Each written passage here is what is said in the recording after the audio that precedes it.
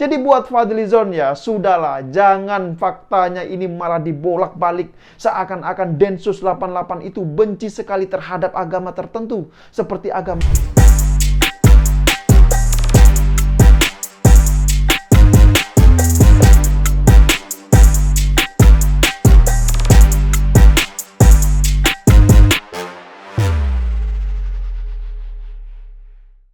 Ya, selamat datang dan jumpa lagi di program Suara Kaum Muda. Baru kemarin saya membaca ada berita soal penangkapan 6 tersangka teroris Jaringan Jemaah Islamiyah atau JI di wilayah Lampung. Dan tahu tidak, 2 dari 6 tersangka itu terpaksa harus ditembak mati oleh petugas Densus 88 anti teror. Dan penembakan itu sendiri bukan tanpa alasan. Karena apa? Karena ketika mereka hendak dilakukan penangkapan, mereka justru sempat melakukan perlawanan terhadap petugas Densus 88 anti teror. Nah, dan jangan dikira juga ya, mereka melakukan perlawanan itu dengan cara tangan kosong. Tapi mereka melakukan perlawanan itu dengan menggunakan senjata api rakitan. Ya, coba bayangkan saja ya, mereka menggunakan senjata api loh ya. Bukan menggunakan celurit seperti anak-anak alay yang sering tawuran di jalanan.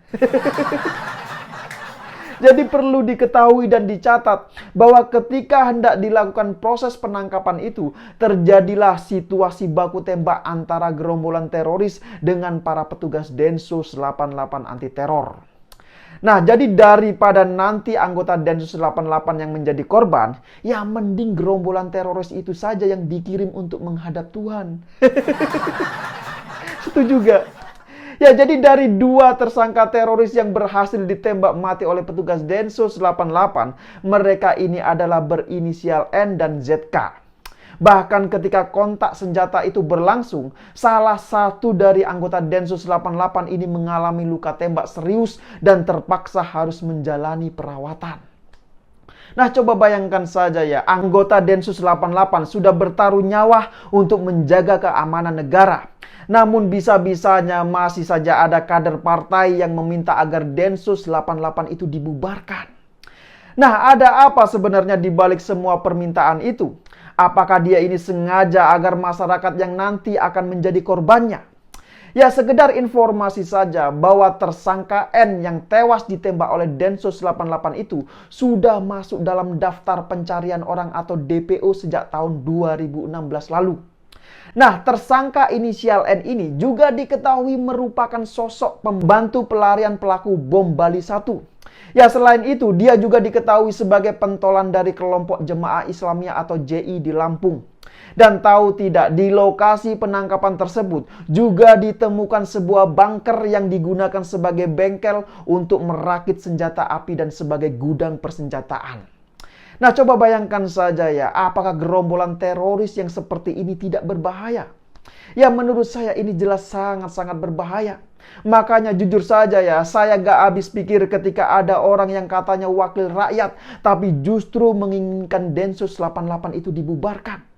Nah, siapakah dia? Ya, siapa lagi kalau bukan Fadlizon, kader dari Partai Gerindra yang dipimpin oleh Prabowo Subianto.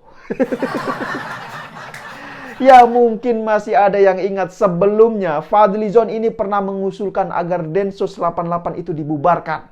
Nah, mengapa Fadlizon ini meminta agar Densus 88 dibubarkan?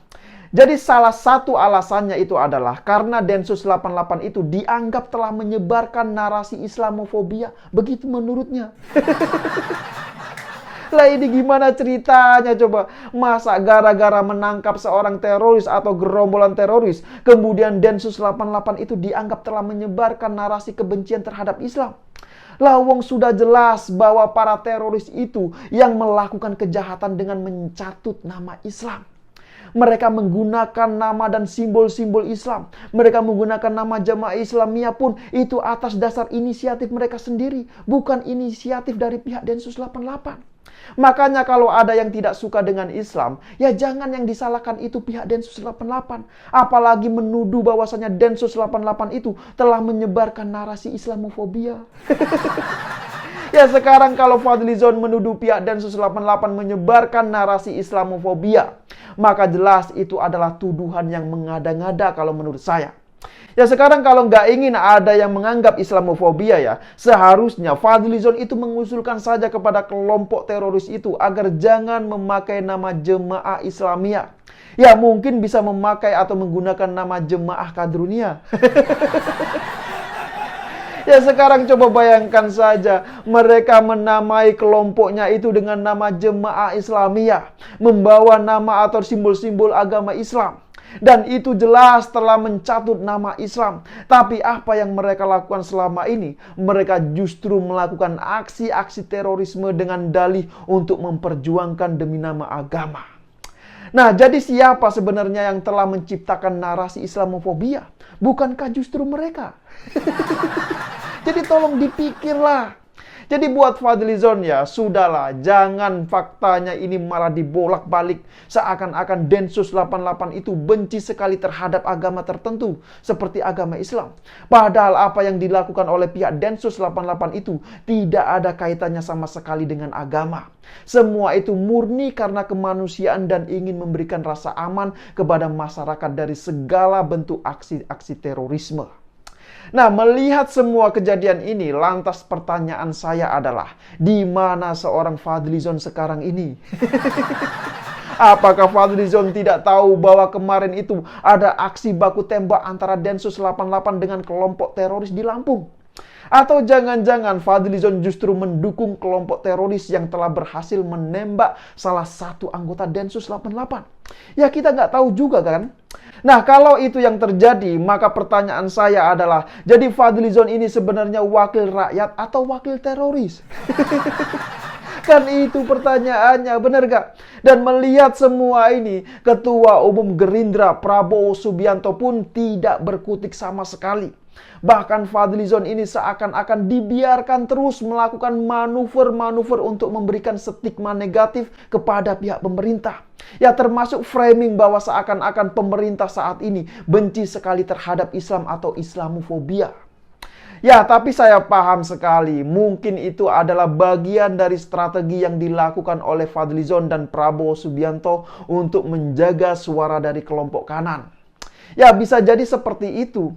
Ya, karena kalau saya amati ya, suara kelompok kanan itu tidak semuanya bermuara kepada Anies Baswedan. Namun ada juga sebagian yang masih bertahan kepada Prabowo Subianto. Dan sepertinya itu semua harus dijaga.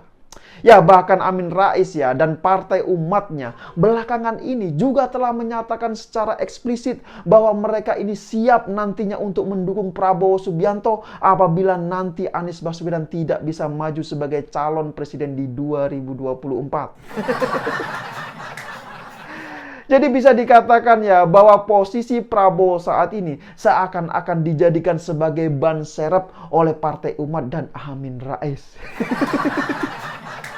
Nah, kalau bicara soal Partai Umat dan Amin Rais, tentu mereka juga punya kedekatan dengan para tersangka teroris.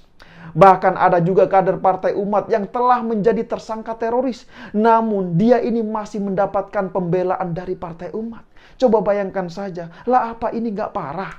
Bahkan yang lebih parahnya lagi adalah Partai Umat juga menyatakan masih bangga terhadap kadernya yang telah ditetapkan sebagai tersangka teroris. Lah ini gimana ceritanya coba? Masa kadernya sudah menjadi tersangka teroris tapi masih saja dibanggakan oleh Partai Umat? Lah ini apa gak parah? Nah jadi tersangka yang saya maksud ini adalah inisialnya RH. Dan RH ini selain berprofesi sebagai dosen, ternyata dia juga diketahui sebagai pengurus Majelis Ulama Indonesia atau MUI di Bengkulu. Coba bayangkan saja, apa seperti ini gak parah coba? Nah jadi sebelum saya akhiri video ini ya, saya ingin bertanya kepada Prabowo Subianto. Kira-kira bagaimana sikap beliau terhadap Fadlizon dan Amin Rais? Apakah beliau ini berani dengan tegas memecat Fadlizon sebagai kadernya? Dan apakah Prabowo ini juga berani untuk menolak dukungan yang akan diberikan oleh Amin Rais kepada dirinya? Ya kita lihat saja nanti di episode selanjutnya seperti apa. Ya, saya Yusuf Muhammad, terima kasih sudah menonton dan sampai jumpa di episode Suara Kaum Muda berikutnya.